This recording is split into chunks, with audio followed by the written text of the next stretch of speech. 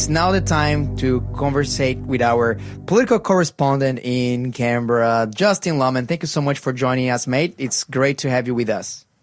Yeah, you too, Joseph. I'm in Melbourne this morning, mate. So, oh, you're in Melbourne. So what's happening in Melbourne? What brought you to town? Oh, you know, these meetings that church leaders have to have from time to time. Oh, there you go. Justin, there is so much going on since we last spoke, my friend. And why don't we start with the whole Supreme Court ruling against Trump's tariffs? What happened there and why is that a big deal? It's a big deal because the Conservatives control that court. And only three of Trump's, who would be on his team normally, only three supported his tariffs. His tariffs, which were put in on the basis of a national emergency for, the nation's under threat, so the president's allowed to do that, or so he believed. His whole economic plan is built around tariffs. Mm-hmm. Yes. Yeah. And it got when he came out and made a press conference, he was visibly angry, and he said, interestingly, foreign influences have affected the court. Oh.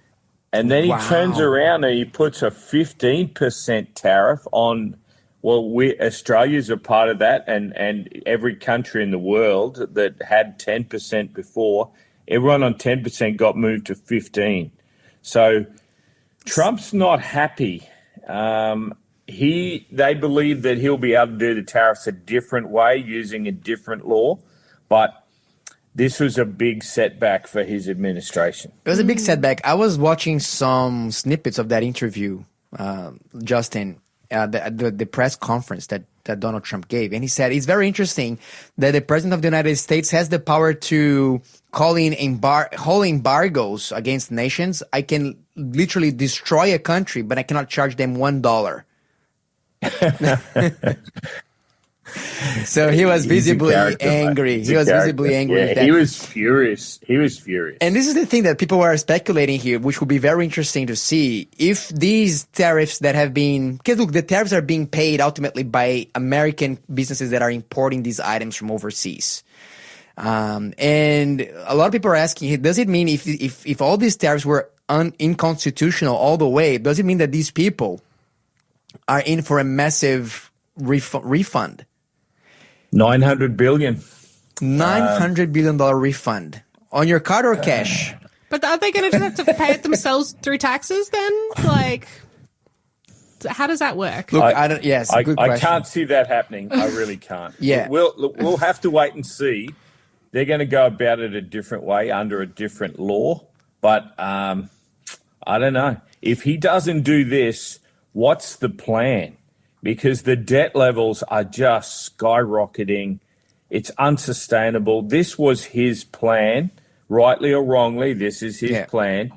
What's the plan if this doesn't work? I don't see something coming. Another thing that I found, Justin, interesting is that when the United States escalated its trade wars with China, you remember that, I think that they were taxing some of Chinese goods for like over 100%. 120%. And then China responded. So now what happens is that China is taxing U.S. goods in 125%, but the U.S. is only taxing China in 15%. Yeah, but the amount of goods that America takes from China, vice versa, is not fair. And it's interesting in Bible prophecy that the lamb-like beast will not permit people to buy or sell unless they receive the mark at the very end. So economic sanctions and economic power was predicted in Scripture to be a part of the last day movement. Absolutely. Yeah, so we can probably expect to see more of this no matter what the Supreme Court is trying to do. Yeah, that's a good I point. think so. All right, Justin, let's move on then from Trump, from tariffs domestically to internationally. I've heard there is reports of an incredible, breathtaking armada really gathering outside Iran, including the United States, the largest nuclear aircraft carrier, the Henry Ford, is also on its way. Tankers, oils, troops. What's happening there? Yeah, well, America has 11 aircraft carrier groups, but there's only ever about, at the moment at least, 4 at sea. And 2 of them are just off Iran. They've moved there into the Persian Gulf. The Iranians are threatening to close the Straits of Hormuz, and they've just tested overnight a hypersonic missile launched from one of their corvettes, one of their destroyers, it's not quite a destroyer. These hypersonic missiles are very hard to defend against. And what they're threatening the US with is, we can take out your aircraft carrier with our missiles. Wow. I don't think they literally could stand a chance if America gets serious here, but this is very tense, and the neighboring countries are worried that they'll use their missiles to destroy the oil fields, just to destroy the global economy. There's all sorts of stuff at play here. Trump is trying to get a peace deal where won't have nuclear weapons. The Israelis don't want them to have missiles, but they have massive drone factories now, Iran. Mm-hmm. They're building underwater drones. They're building air-based drones. And I think America knows that if they don't get on top of this now, they're going to have some serious problems moving forward. And they're speculating that they could launch this sort of attack on Iran and its factories and its leadership by the 10th of March. People are throwing that date around. I don't know when it'll be, but it's not looking good. It's not looking good. And just a reminder that we observed very similar movements in Venezuela prior to the capture of Nicolas Maduro, where there was an accumulation of U.S. troops outside. So definitely the pressure is on. I don't think Iran is going to be quite as easy as Venezuela turned out to be, because of, if they were to decapitate the leadership, if they were to take out the leader, who do they replace them with? Yeah. Because the ideology runs so deep and so strong through that country in its leadership. There's protests on the street yet again today. There's a young cohort of people over there that want to change, but that's going to be very chaotic. So it's not an easy situation. Yes, well, that's definitely something to keep our eyes on and see what's going to happen.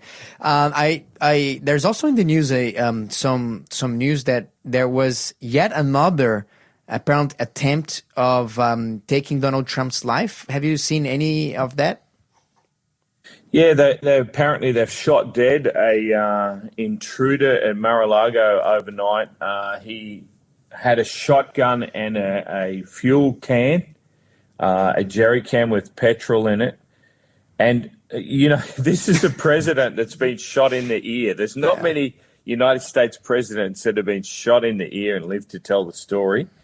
There's such a depth of hatred towards Donald Trump on one side and such a devotion and worship on the other.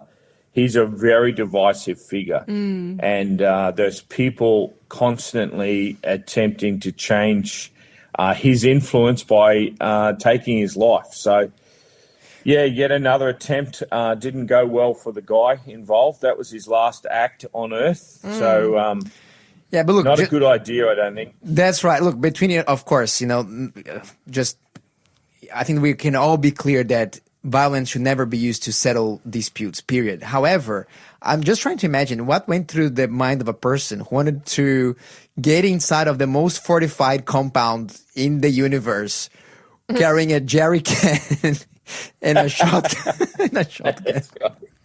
It probably wasn't well, truth be. Yeah. And Trump was in Washington at the time as well. He's not even in the building. He was not even there. The poor guy, he probably wasn't well. You could say he's probably suffering some, some mental illness. Yeah, absolutely. What about the Board of Peace? Donald Trump's, own UN how's that going? parallel body. What's your take on that, Justin? We haven't really spoken about the Board of Peace much, you and I. What's going on there? What's happening? No, to me, it's almost not believable.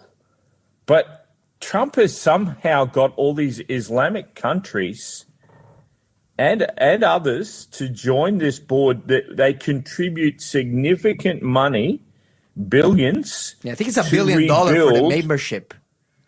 Yeah, Trump's put $10 billion in himself, or the US, to rebuild the strip that's been so thoroughly destroyed by Israel, the Palestinian state there.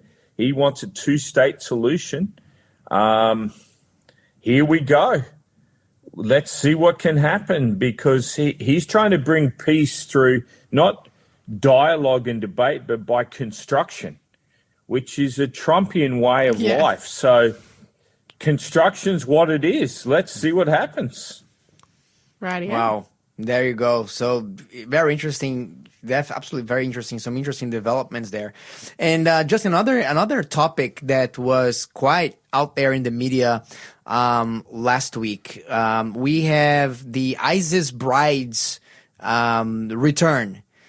Some Australian citizens, most of them, I believe, or if not all of them, women and their children attempting to return from Syria to Australia. They have had some hiccups, but people are saying, hey, should we even allow them to come to Australia?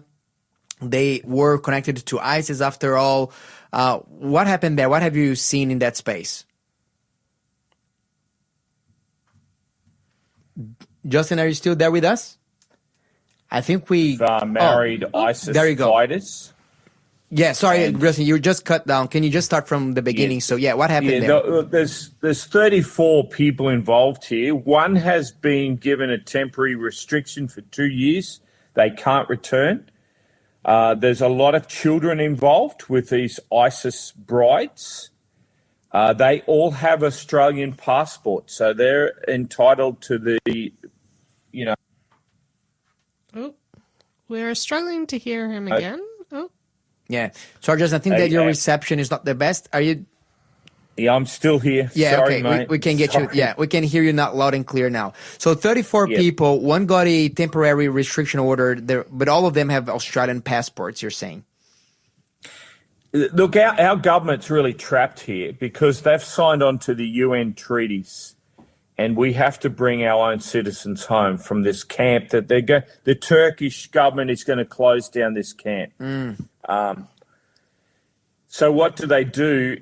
This is feeding the Pauline Hanson train, because Australian citizens don't want these people back in the country. They abandon their country. They're regarded as traitors. But these kids are being caught up in this, and so let's see what happens. I think they're coming home, and I think this is going to cause a lot of problems for the Labor government if they can't get a handle on it. Yeah, as you mentioned, it is a very thorny issue, because at one point, if they're citizens, they are allowed to come back, except that you have some really compelling reasons of national security not to. But at the same time, being ISIS brides, a lot of the stories that they share is that, look, they were some of them were forced to go there. So it's hard to tell who were the women that were forced to go there or threatened to go there, or who are the ones who went there by their own will and desire. Which ones are the sympathizers of ISIS ideology? Which ones are not, or even regretted, repented? I think that each story would be a different case from that one. But whatever 100%, happens, 100%. But it's a political fallout that the average Australian doesn't want to get into that nuance of. That would be very different.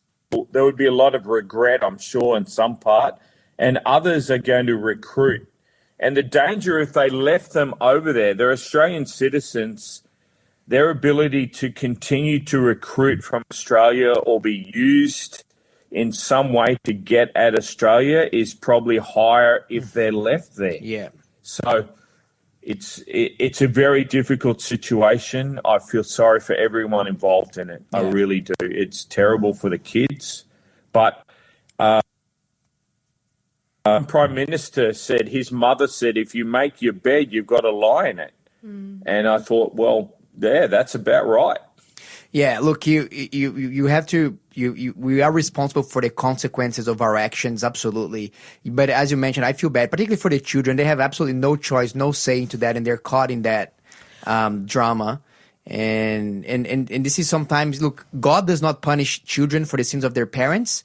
However, he visits the iniquity. In other words, God also allows the consequences to spill over. So if a parent makes bad choices, unfortunately, because of how the laws of free will operate, often children ended up paying the price, not because God wants, but because this is the laws of cause and effect, unfortunately. It is, yeah.